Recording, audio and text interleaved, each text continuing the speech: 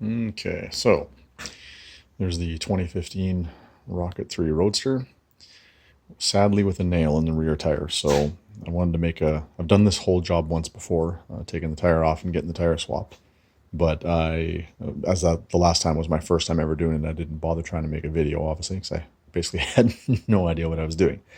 So this one should hopefully go a little smoother and help everybody out, because it's a bit of a daunting job. So I wrote out a giant walkthrough guide, which I'll include a link to in the description of the video. And we are starting literally from it up on the lift right now. So I still haven't stripped off the saddlebags, which are the Viking saddlebags with the quick release lock. So it's real easy to get those off. And the other thing that you'll want to do is put some ratchet straps around the front forks to kind of level off the handlebars, just so it stays more balanced on the stand. So, and in case you're wondering how the thing is up on the stand, it's one of those normal motorcycle jacks, right?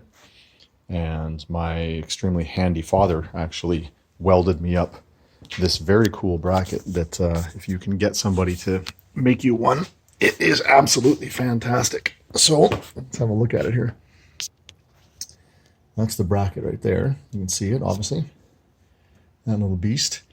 And all it does is there's a little pin on each end. We just got some grade 8 or grade 10 bolts, I can't remember.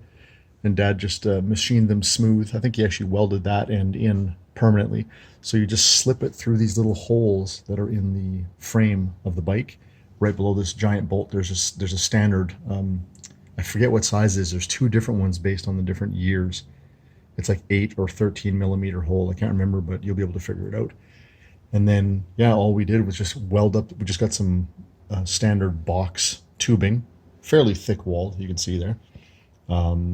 Yeah, just measured it all up. I wanted to go a little longer than the standard arm on the jack stand, just to give give it a little bit of leeway. And yeah, all I do is I slip it through from the other side there, and I just put this little pin through and thread it into this. Dad just threaded that thing for me, the upright, with a tap. So now it'll thread in there, and then it stays put, and it swings. I don't leave it on all the time, obviously, although it probably would clear the ground just fine, but you obviously only use it when you want to jack something up. So yeah, and then I just stand the bike up vertical while holding the front brake, and yeah, the jack will slide right underneath. I just try to even out the distance from from here to the end, and on the opposite end as well. You just want to be basically centered. And some people on the forums talk about how they'll just jack straight up on the oil pan, and I've heard varying thoughts on that. So to me, it just didn't seem safe because this damn bike is so heavy. So I've got almost all the weight is back here on the stand. This thing here is there's just a couple little pieces of rubber that you'd throw in your vise or whatever to protect a piece of equipment. So it's really just light rubber, just to kind of spread the load a bit, and that's all there is to it. So most of the weight's here. It's still it's still fairly front heavy. So yeah, you're definitely going to want to, well, you'll see here in a second, the next thing I'm going to do is ratchet strap the front handlebar straight, and then I'm also going to put a cross of ratchet straps just to hold the bike down to the jack stand itself, just so if it ever wants to get a little wonky on the tipping, we've got some defense. So all right, let's get that part going. So she is airborne, and I just took a big old moving blanket, laid it across the top of the tank and the seat to kind of protect it. So I've got the two straps going from the handlebars back to the backrest. I'm sure you could figure out another spot if you needed to, just to tie off. Keeps those things straight, especially if you're doing the front tire. It's really handy to have that. And then I just did a cross pattern. You can see it on the jack down below. I went from the front one over here up and around the seat and to the same front side of the jack, and then the back one went up and around the I've got the Rivco risers on mine, but just put them around your normal stock ones if you don't. And then yeah, it comes around to the other side of the jack, and ooh, that's a giant spider I almost walked into. So you gotta kill that first of all. Fuck's sakes. Okay, yeah. Priorities, hold on. And on the other side of the jack, yeah, at least my jack here has got these two, it's got these two little kind of hooks that are built in from the factory, so that's what I'm tied into. And the other thing is that most of these jacks have got these little safety detents. You can see them right there. I'm obviously in the middle, That seems like it's plenty high. It's got the rear tire. Let's get a good look here. It's got us that far off the ground, so that should be plenty to get her out of there. So the next preliminary work you're going to want to do is get rid of your plate. Makes it a hell of a lot easier, and then we can get down to business. So, all right. So if you don't have the manual, this is the first spot it lies. It's that right there.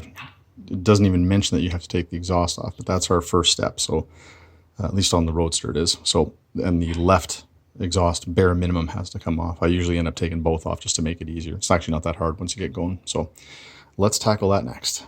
So if memory serves, you can leave this heat shield on, and you just have to be very careful as we're going to move back here, but you're going to be kind of rotating the exhaust a little bit like that to wiggle it off of that joint right there.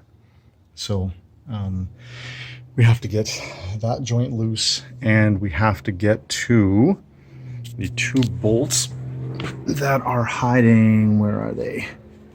You're right down there. This guy, and then there's another one hidden. Where is it?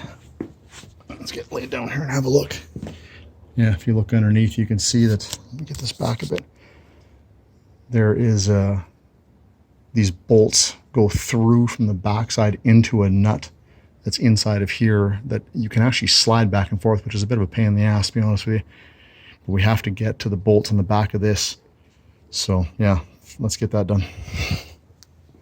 One thing I didn't really address very well is the whole goal here is to get, let me see if I can get this done here. You want to get all the stuff out of the way. So the axle, which is right there, right in the center of the bevel box, we need to be able to get the axle out to, you know, like way the hell over to here. So clearly this has to go, and not only does the exhaust have to go, but the stupid bracket that holds the exhaust has to go as well, which that means then you have to take off like this cover, and this has got to go, and yeah, it's a bit of a thing. So that's the whole reason for all this stuff being yanked off on the left hand side, even though the manual doesn't mention any of it. So yeah, so there we go. So step one, let's get the can off. Okay, so getting the big old left can off here, the first thing you're going to want to do is loosen off this bracket that was right here holding the pipes together. So yeah, it's a 12mm bolt.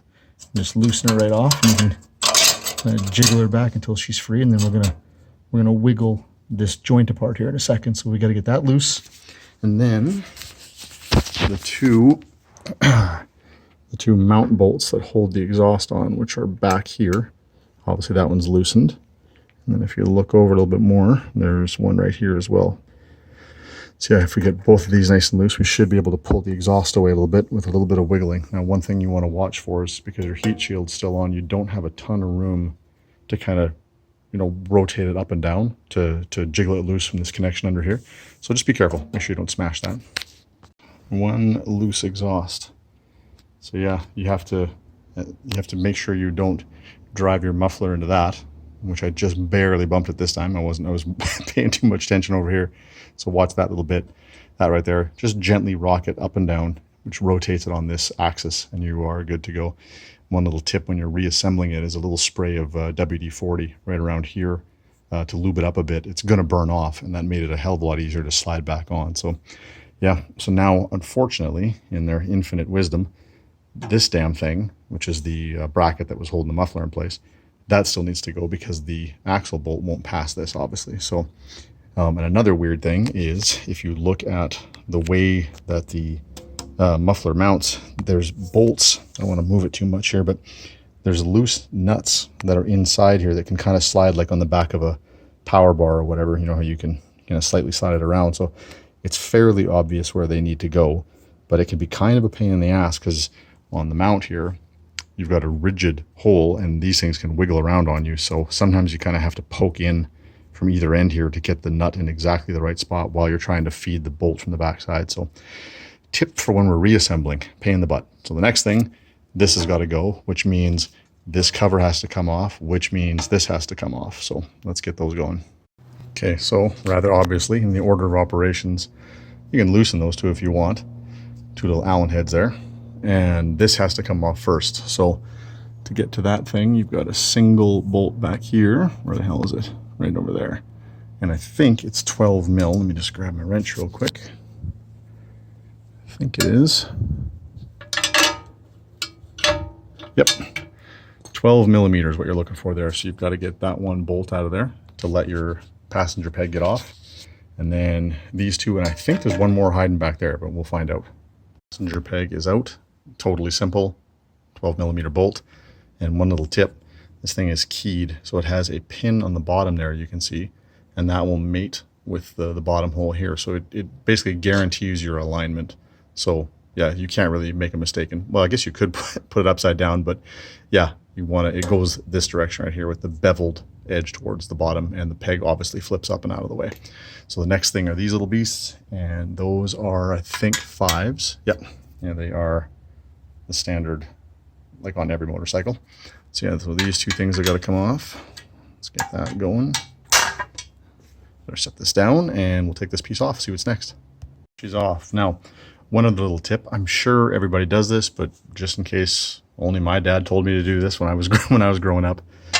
When you take a part off, if you don't want to struggle later on trying to remember what the hell goes where, just thread your bolts back in, as long as it doesn't affect the rest of the job. Like if it's not in the way, I thread everything in. The bolts that were just on the back of the muffler, they're in the muffler again right now. These two beasts are going back in, right? It's kind of tough to do with one hand. Yeah, it just makes it way easier to remember down the road. So, because it can get out of hand. So then anyway, take your piece, set it aside, and now we've got this little thing. And obviously we've only got, pieces of tar stuck all over. We've only got the one bolt holding it in place. This bolt here was the one that was coming through from behind that was holding the, what the hell was that? Oh, that was where the passenger peg went through. So yeah, that's a dual mount system. So there you go. This thing comes off next, then we've got access to that beast. All right. That's what she looks like with all that stuff gone. So now you've got full access to your axle. And yeah, and if you even want to get kind of adventurous while you've got this thing all apart, which I'd recommend.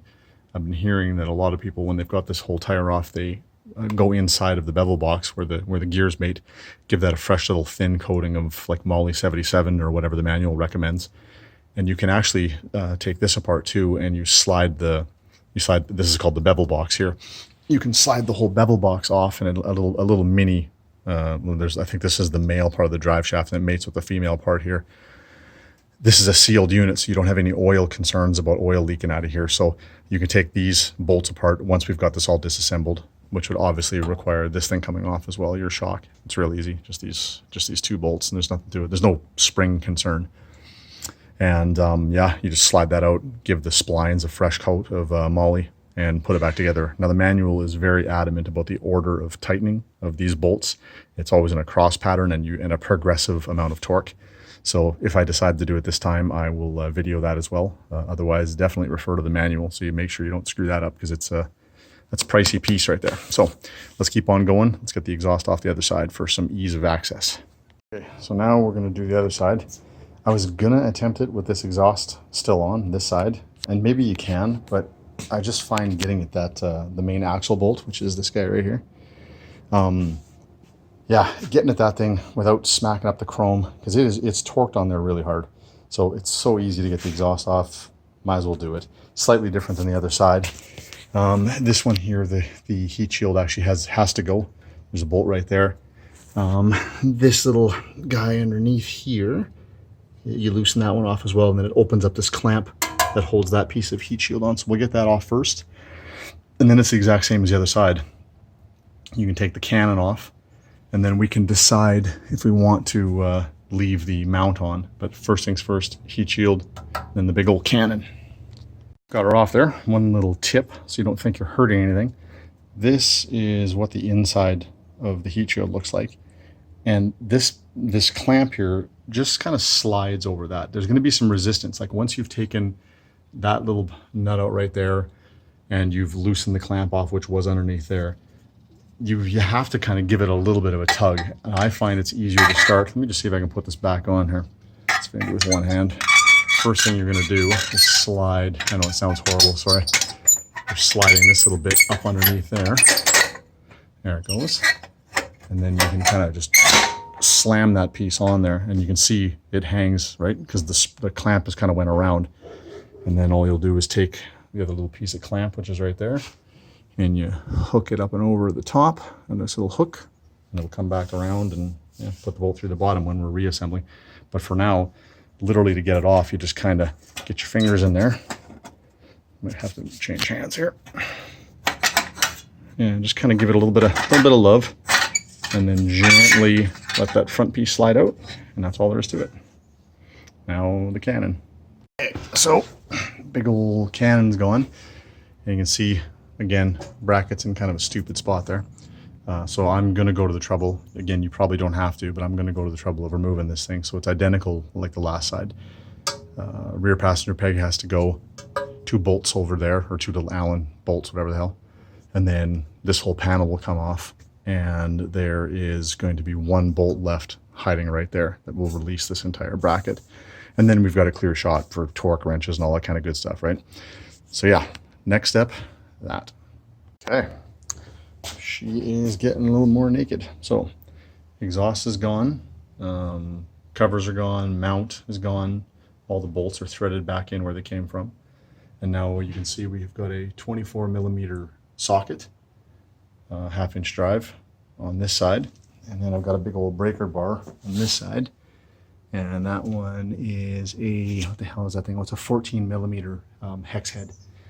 So it's gonna, ideally it's gonna come down and hit the ground on this side, and that'll be my resistance to turn against on the other side, because it's torqued on there pretty damn hard. So we'll see how this goes. I may have to go get another breaker bar to get it going, but either way, you want to loosen this bolt out. And then according to the manual, we're going to, you leave everything else intact and get the bolt off, and you pull the axle through just enough to clear this caliper mount. So it's going to be, you're going to pull the axle back so it's still inside this spacer. That's all that little silver thing is right there. So yeah, you want to make sure you can just clear the caliper. Then we can take out this big bolt right here, which I believe releases this entire caliper assembly, and then we can just lift it up a little bit to get it out of the way. And we may also have to take the shock off because you don't have a ton of room. These wires are actually surprisingly tight. So I remember the last time I did this job, I ended up having to take this shock off, which again is quite easy, just top and bottom. You've got slightly different size washers, so obviously make note of the big one on the top, little one down here on the bottom. But this thing in here has got a stupid Torx nut or whatever the hell it is. Let me just sit down here. So yeah, you've got this Torx headed bolt down in there that holds this little clamp on, and you can see how little room you've got. You obviously don't want to torque these lines too hard. So I went to the trouble of taking the shock off just to get this little thing loose. So then you have so much more room to get this up and out of the way safely. And if I remember right, I actually just ran some binder twine through it and just around my little mount here for my quick release bags. But you want to support it. You definitely never hang anything brake related from the brake lines. Never ever do that, especially with ABS. So yeah, there we go. I'll decide if I have to yank this thing off of here. Probably will. And then keep on trucking. So next thing to do is get this big ass bolt loose and go from there. All right, so I decided to do it right here, or at least do it safer. So shock's going to come off, and I am going to get rid of this little Torx head bolt and give us some room to get all this stuff out of the way. So this is real easy. Again, everything seems to be fairly similar size. All these bolts are 12. These two bolts happen to be 12mm as well, which is really nice. So just remember, again, the bottom uses this small washer, and the top has got this much bigger washer. Again, should be patently obvious based on the size of the ends, but hey, who knows? So get this thing off. It just wiggles loose here. So let's get that out of the way. And yeah, if I remember right, it was actually fairly easy. I just kind of gave it a little jiggle here. You can sort of see it starting to come off down here. It's starting to move out. She's starting to come off here. Yeah, there goes the bottom. Yeah, and that made the top much looser. And there we go. Easy peasy. Yeah, so that's all there is to that. And set this aside somewhere safe. And then the next thing is that stupid little Torx bolt, and then I'm gonna go catch that guy on the Harley and show him what's up. Okay, so the Torx head here is a T30. So that's what fits mint in that one right there. Boom. So yeah, figured that'd be good advice. Get that thing loose, and then this bolt comes out next, and we can start to, we can take this thing out, and we're going to at least loosen it a bit, and then we're going to gently drive the axle through. To get it started, by the way, you never want to hit a metal threaded surface right on the end, so get a piece of wood or something just to gently, lay the wood against here, and then we're going to gently tap it with a mallet just to get it going that way. Okay, so now we have got, let me go back and have kind of an assessment here. So we have got, obviously the exhaust is all gone, mounts are all gone. I just finished taking off the Torx head, and I rethreaded it back into the swing arm, leaving it free to move, obviously. And the axle is completely ready to go. And I just gave it a little boot with my foot, and it was gently, obviously, and it moved that easily. So now we are at the stage where you need to get a jack underneath the back tire to take up some of the load. And so I've got it centered as best as I can, fore and aft. And then we're going to, I think I've got it pretty good on the wear pattern there, left and right. So I'm going to just jack this up a little bit until you see it move. Yeah, see, there we go. That already moved the bike a little bit. So we got fairly good contact under there. Might put a little bit more love on it. Let's see here. Yeah, there we go. I can for sure see that's moving now. So now the axle, yeah, see, I just moved it with my hand, easy. So where it's definitely getting loosened up. I wonder if I can actually just jack it up a bit more. Yeah, anyway, doesn't matter. So the goal here, the reason I've got the jack underneath the tire, and the reason I have the jack this way is once this is all done, once we've got the brake crap out of the way and the axle out and the spacer out and all that stuff, you need to disengage the whole rear wheel and the hub, whatever you want to call it, from the bevel box. So you have to take the whole schmozzle and kind of come back this way. So I learned that the last time I did the job is once you've got everything loose, it's easier with an assistant, but if you can actually just take the jack and kind of gently move the jack to the left, looking at it from the rear. You want to move the whole tire this way. So you just pull the jack back a little bit, and it gently comes away from the bevel box, and then you can lower it down and get it out. So yeah, that might be a little hard to film holding it, but maybe I'll go and get my GoPro and set it up, and we can see how that goes. Okay, I'm probably going to have to set this thing down here, but what have I got here? So I pushed the axle back. I just grabbed one of my little T-bar Allen keys there, and I just gently push the axle back far enough that it will clear the, let's look at that from the back here. So we've got a spacer, that is your rear caliper mount, which stays attached to the caliper for this job. You don't have to take it apart. The whole caliper assembly comes out all together. And then you've obviously got your swing arm. And so I've removed this, I forget the name of this dumb thing. It's a very strange bolt. Actually, let's go look at it right now. So you can see there's a whole bunch of thread lock goop in there. When you are done the job, or when you're reassembling, this is that strange bolt right here. Let me look at the name of the stupid thing. Torque reaction bolt. That's what it's called. So you can see that it has a ton of thread lock on it, and the rest of it is actually fairly clean. So I hit this thing up with some lacquer thinner, and then I chuck it up in the vise, and I'll hit it with a wire brush in the drill just to make sure that I can get this nice and clean. I don't have one of those bench mounted wire wheels. That would be awesome, but yeah, that works as well. Just put this in the chuck, obviously on the bolt end so you don't hurt anything. That's important.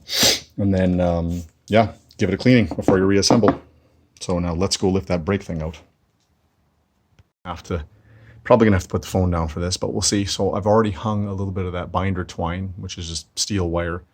I just wrapped it up and over the my saddlebag mount, and this is now all loose. You can see if I give it a little jiggle, the whole assembly is loose. So the front part is loose where the torque reaction bolt was, and the back is nice and loose here. So I'm just going to, oh, and the other thing that's important is, of course, I've already taken this Torx head out. So these are all nice and loose as well. So it gives me lots of room to gently find a safe spot to hang the rear brake caliper assembly.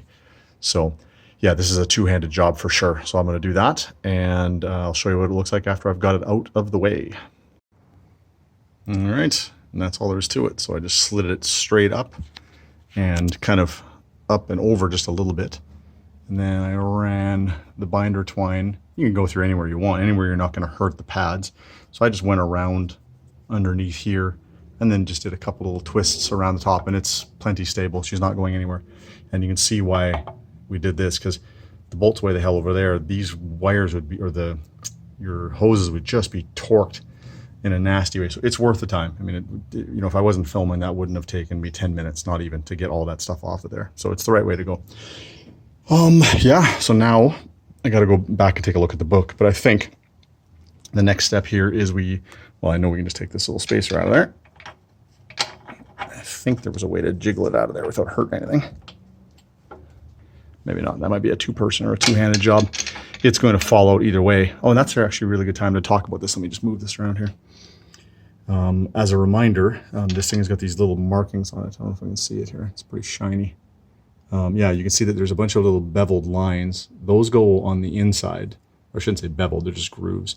And the smooth part is on the outside, the visible edge like that. So when you're reassembling, this is the way it's supposed to look.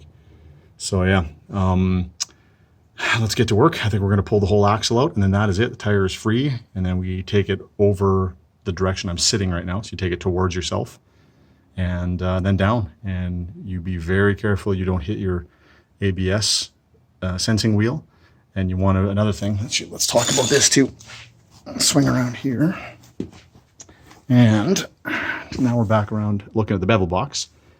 And again, this is insane, but Triumph, you can buy a whole new bevel box if you need to, but there's something stupid like $3,000 Canadian. So that's fine. They're a fairly tough unit. But this part here, you can see that's obviously divided. This front part here is, this is all plastic. You can hear the difference. Like, that's solid and that's plastic. So what's dangerous here is when you're taking the wheel out and the aluminum starting to slide that direction, it's moving away. You want to be very careful on removal and reinstallation that you do not crack this plastic, because Triumph doesn't sell it independently, which is stupid. So if anybody out there with a 3D printer wants to get to work and help us out on the R3 forums, that would be fantastic. But yeah, just be very careful with that when you go to take this wheel out. So again, we're going that direction, and then we're going down to disengage the gear assembly in here. So this is what's happening next. Next thing, refer to the book, make sure we get it right.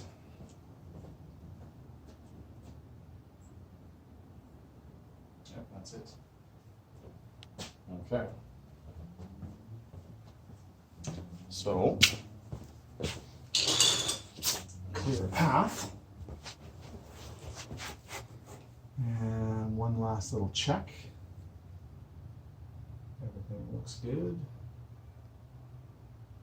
Okay, so now the axle is sticking out far enough I can just grab it with my hand, and it's very loose. So you can just gently withdraw it.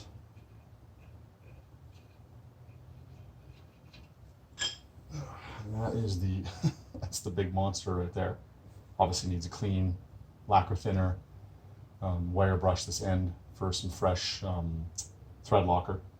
And I didn't know if you needed it or not last time, but I believe I put a little bit of wheel bearing grease or maybe Molly 77 on here just to do it. I'm not sure if that's required or not, but that's what I did last time. So now we've got that out of the way. So this thing's now floating free. So if we can get this little spacer out of here, that would be very nice, but I don't think I can. Not without, no, there's, well, maybe. No.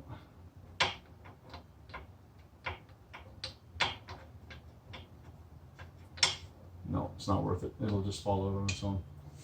Okay, so we are going to, this thing weighs a ton, by the way, this tire. It's unbelievable. So we are going to pull it back first of all.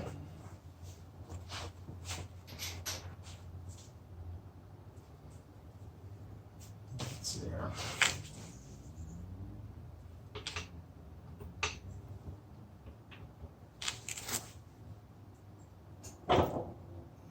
it is, it just popped loose. So if you can, and there it is. So now we're sitting there floating free, and it's almost all the weight is on the jack. And I'm just crawling around here to make sure, yeah, we are well clear of the bevel box. So I can loosen this. These things always jump down so fast. Try to be as slow as you can.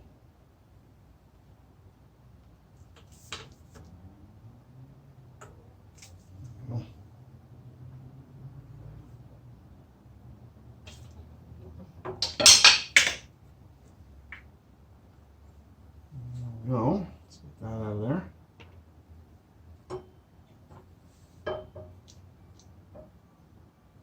Looking good. You can tell that I rubbed just barely on the ABS thing, but that's okay.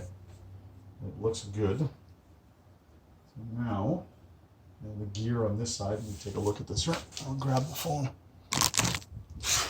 So, this is what she looks like on this end. So you've got that nasty ass gear that obviously meshes with one that's inside here. And so while I've got this out, I'm cleaning all that gump off of there and then off the inside as well, and fresh Molly 77. So now the whole trick is just to get this thing wiggled out of here. It's annoying, you know, because you got the license plate thing sticking down, whatever. But yeah, it's just, frankly, it's too heavy unless you are the Mountain. This thing is just too heavy to lift up there and then slide in carefully by yourself. I mean, if you had two people here, maybe you could do it. One person could do the lifting, and another person could slide the axle through from this side to catch it once you know you've got it mated. But this is the way to go. This jack makes it a lot safer. So, all right, now I'm going to do the rest of this. I'll see if I can balance this back. And let's see if I can get fortunate getting that tire out of there. That should work. All right, let's see what we can do here.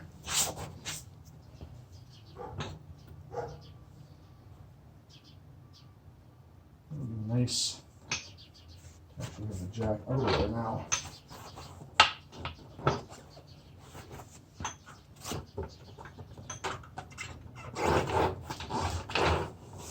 Nope.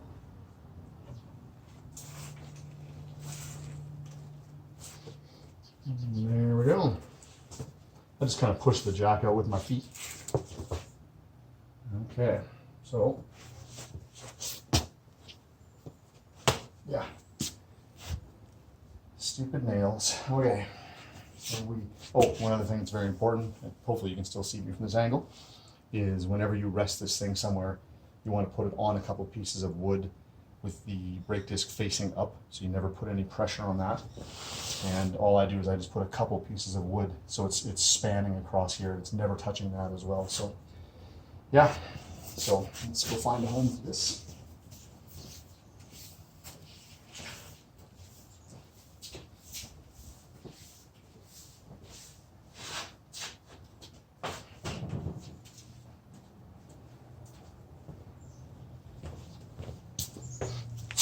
Okay, we'll look inside the box, huh? So that is the inside of the bevel box, and there's nothing to it. You can still see the slightly gray material. That's the moly that I put in there. That's amazing. It's actually just stayed nice and clean. So, and like I was saying before, this thing is it's a sealed unit, so there's no exposed oil. I'm assuming this thing's filled with grease itself, but yeah. So I'm not going to bother, considering how recent this was. I think I've only put on 4,000 miles maybe on that set of tires before I got the stupid nail.